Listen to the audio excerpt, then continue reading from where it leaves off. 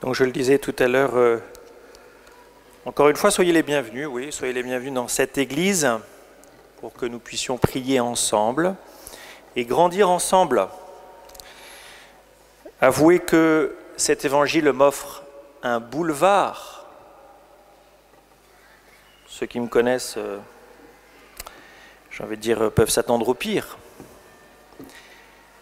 Celui d'entre vous qui ne renonce pas à tout ce qui lui appartient ne peut pas être mon disciple. On va commencer par l'argent. Il y a des frais ici, vous savez.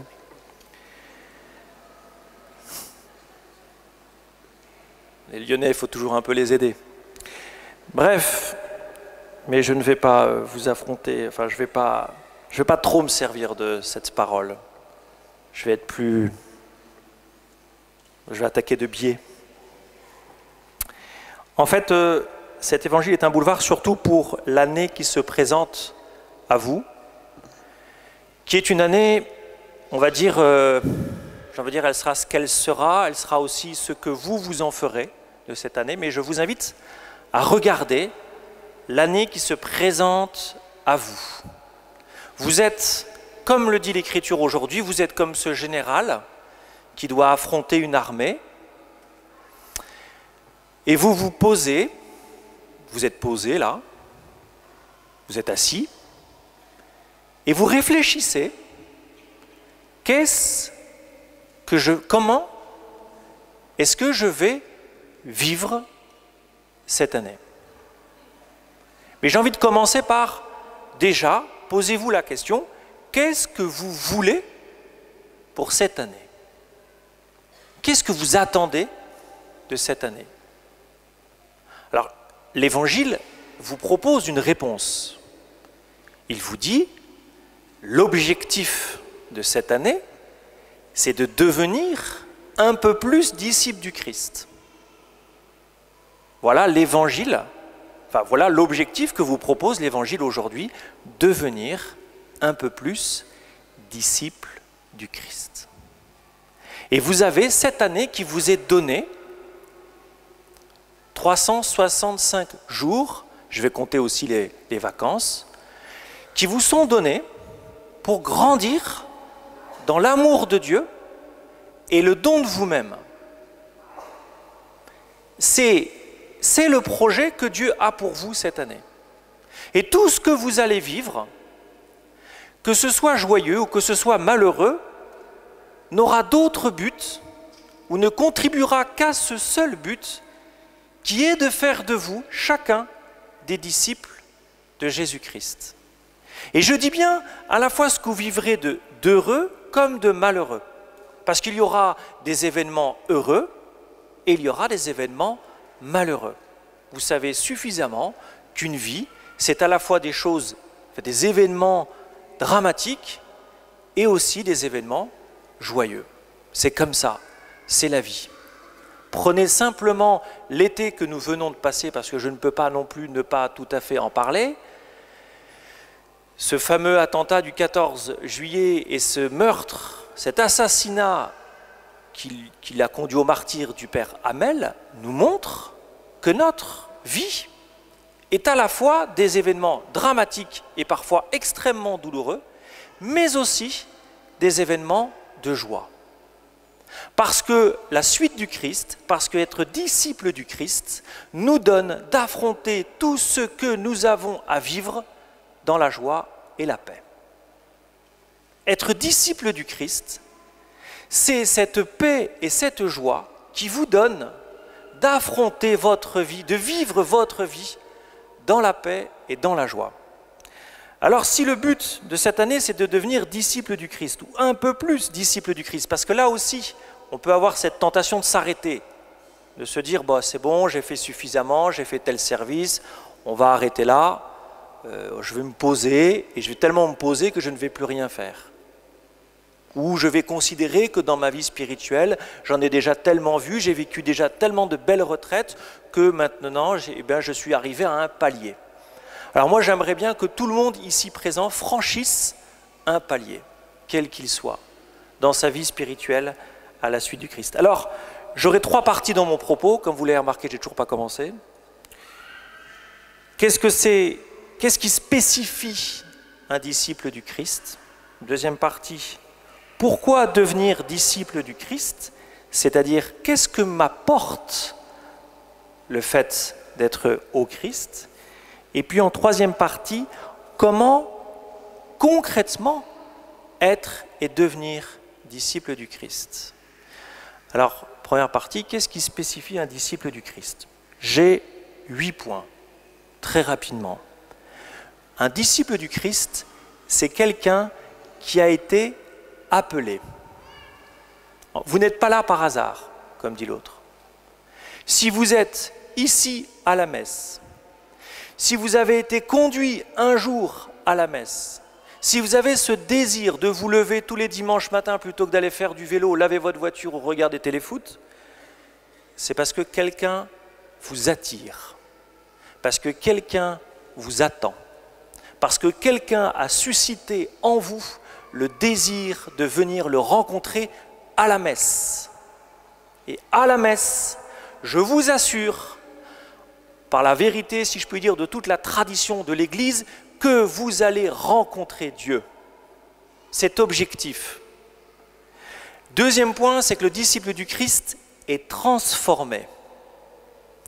Suivre le Christ, ce n'est pas simplement obéir à des préceptes qui vous feraient marcher et d'aller à droite ou à gauche en fonction de ce que le Dieu vous demande. C'est d'être transformé à l'image du Maître.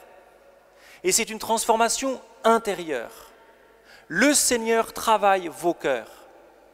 Le Seigneur transforme vos vies petit à petit. Ça demande de la persévérance, ça demande de la patience, mais si vous reprenez votre vie, vous verrez tous les progrès accomplis. En tout cas, je le souhaite. Troisième point, c'est que le disciple de Jésus est donné à son maître. Il appartient à Jésus. Vous appartenez au Christ. C'est le Christ que vous servez et personne d'autre. Et c'est bien l'objet de cet évangile. Rien ne peut prendre dans votre vie la place qui est réservée à Jésus-Christ. Le quatrième point, c'est que le disciple du Christ est donné aux autres. Ce qui est extraordinaire avec Jésus, c'est qu'il ne se comporte pas comme un gourou qui attire et qui retient à lui ceux qui le suivent. Il les envoie vers les autres. Et vous êtes, dans votre vie, appelés à vous donner aux autres. Pas simplement à ceux qui vous sont le plus proches, époux, épouses, enfants, neveux, nièces, grands-parents, parents, mais aussi à tous ceux que vous allez rencontrer ici et que vous ne connaissez pas. Cinquième point, le disciple du Christ est envoyé, on en reparlera. Sixième point, le disciple du Christ est rejeté. Le monde, chers amis, vous rejette. Et si vous n'avez pas encore vécu ce rejet, vous allez le vivre. Septième point, il est crucifié. Le disciple du Christ est crucifié. Ne vous attendez pas à une vie de plage. Disciple du Christ, c'est accepter la croix dans vos vies. Et enfin, huitième point, le disciple du Christ, je l'ai déjà dit, est heureux et il est dans la paix. Profondément, il est dans la joie et dans la paix. Pourquoi devenir disciple de Jésus? Alors vous allez me dire, à la fois j'ai donné des éléments avant et puis à la fois aussi on n'a pas tellement envie de suivre Jésus si Jésus nous conduit à la croix. Mais ultimement, pourquoi devenir disciple du Christ?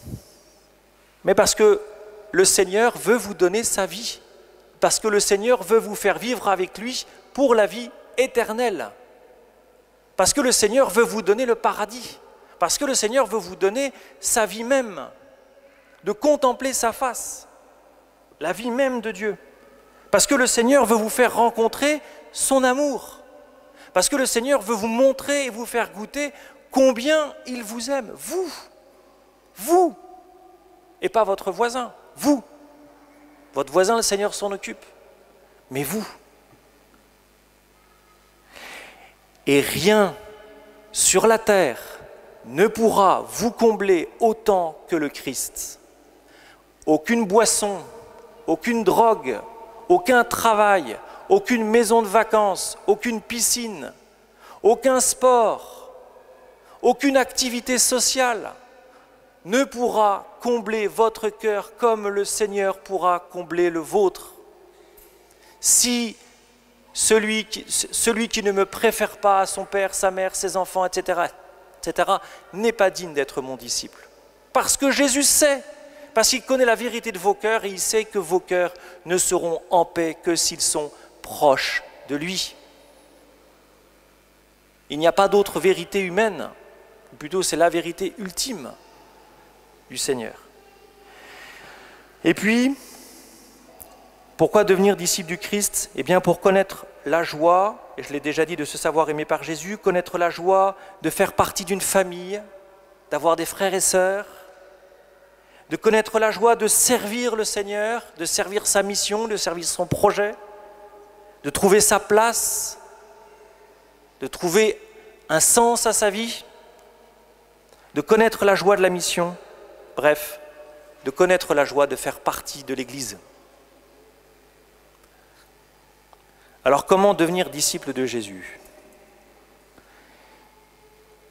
La première étape, quand je veux cheminer à la suite du Christ, la première chose que j'ai à faire, c'est de m'enraciner dans un lieu, de m'enraciner dans une communauté, de m'enraciner dans un groupe. Enfin, puisque nous sommes dans une paroisse, nous enraciner dans une paroisse. Nous enraciner, ça signifie choisir ce groupe, choisir cette communauté, choisir cette paroisse. On ne devient pas disciple tout seul, on ne devient pas saint tout seul. Les autres, vos voisins de banc, ceux qui sont derrière vous, ceux qui sont devant vous, sont votre chance pour grandir en disciples du Christ. Ils sont votre chance pour devenir des saints. Quelle est notre tentation? De zapper et de consommer. Pourquoi est-ce que c'est une tentation? Parce que ainsi on évite de se frotter aux autres. Parce qu'on n'en reste qu'à la surface. Mais le Seigneur, pour vous faire grandir, il veut que vous affrontiez les difficultés de la relation avec vos frères et vos sœurs, qui se surpassent par le pardon. Dieu vous fera grandir si vous aimez des gens réels. Des gens réels. Et une personne réelle, c'est une personne qui à la fois peut vous apporter beaucoup, mais aussi, permettez-moi l'expression, qui peut vous faire aussi beaucoup chier. Ah, ça vous réveille là, hein, tout d'un coup. Bon. Alors il y a vos époux, il y a vos épouses, il y a vos cousins, il y a vos cousines, il y a votre famille proche, mais il y a aussi et surtout cette famille du Christ. Votre croissance spirituelle, elle se passe dans une église, elle se passe dans une paroisse, elle se passe dans un groupe de prière. L'amour grandit au contact de personnes réelles, c'est-à-dire, à tout le moins, imparfaites. Ainsi, le baptisé fait partie du peuple de Dieu et Jésus appelle ce peuple son corps. Et cette expression, elle est fondamentale parce qu'un corps, un membre du corps, il ne vit que s'il est greffé sur le corps. Coupez ma main, elle meurt. Si vous n'êtes pas greffé à un corps ou à une portion du corps du Christ, vous mourrez. Si vous ne faites pas partie d'un groupe, d'une communauté, d'une paroisse, vous mourrez dans votre vie spirituelle. C'est inévitable. Alors la paroisse, alors n'entendez pas la structure, le curé, moi, ses collaborateurs, eux c'est la paroisse, nous c'est autre chose. Pas du tout, vous êtes ce corps.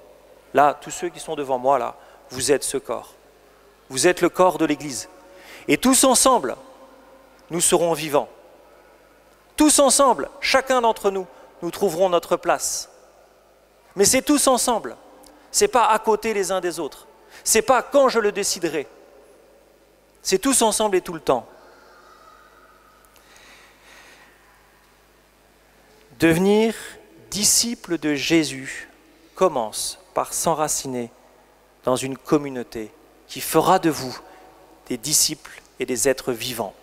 Vivants pour le Seigneur, vivants pour le monde. Et ce n'est que la première étape. Il y en a d'autres, mais ce n'est que la première étape. Alors comment concrètement vivre ce que je viens de vous dire? Eh bien déjà, allez à la messe tous les dimanches dans le même lieu. Je répète, allez à la messe tous les dimanches dans le même lieu. Alors évidemment, vous avez le mariage de la cousine, l'enterrement de la grand-mère, la campagne, machin, etc. De temps en temps, certes, évidemment. Mais, par défaut, je décide d'aller à la messe toujours dans le même lieu. Et parfois, je fais même le sacrifice d'un week-end, d'un ceci, d'un cela, pour justement vivre mon appartenance à cette communauté. Choisir, c'est renoncer.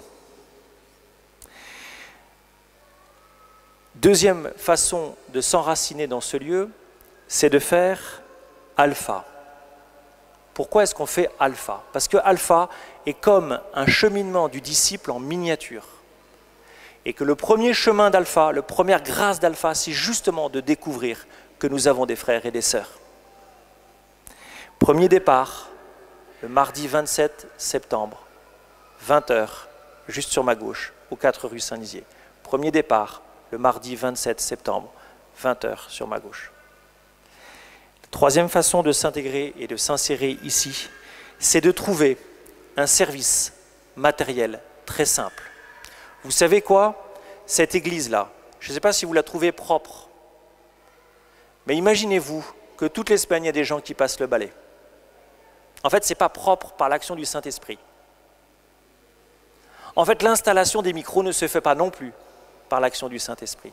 La liturgie des enfants ne se fait pas par l'action du Saint-Esprit. L'accueil ne se fait pas par l'action du Saint-Esprit, ou plutôt, elle ne se fait pas seulement par l'action du Saint-Esprit. Des personnes se rendent disponibles. Choisir un service simple. Et puis, dans l'année, je vous proposerai un engagement formel pour mettre en place tout ça, mais on en reparlera. En tout cas, à la sortie, vous avez tous des étiquettes.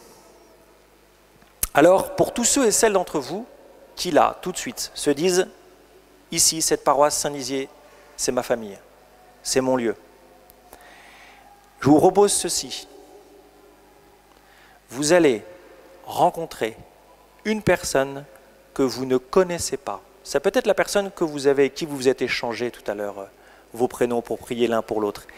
Et vous savez quoi? Vous allez trouver une date et vous allez dîner ensemble. Ouf! Des gens que je ne connais pas là. Vous allez trouver une date et vous allez dîner ensemble. Des gens que vous ne connaissez pas.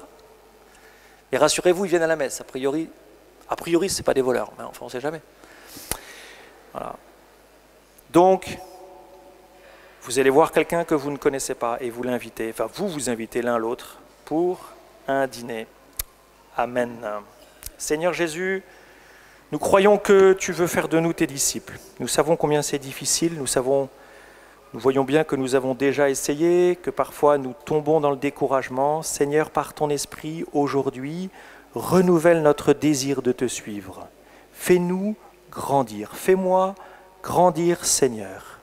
Viens, Seigneur Esprit Saint, fais de moi un disciple du Christ. Amen.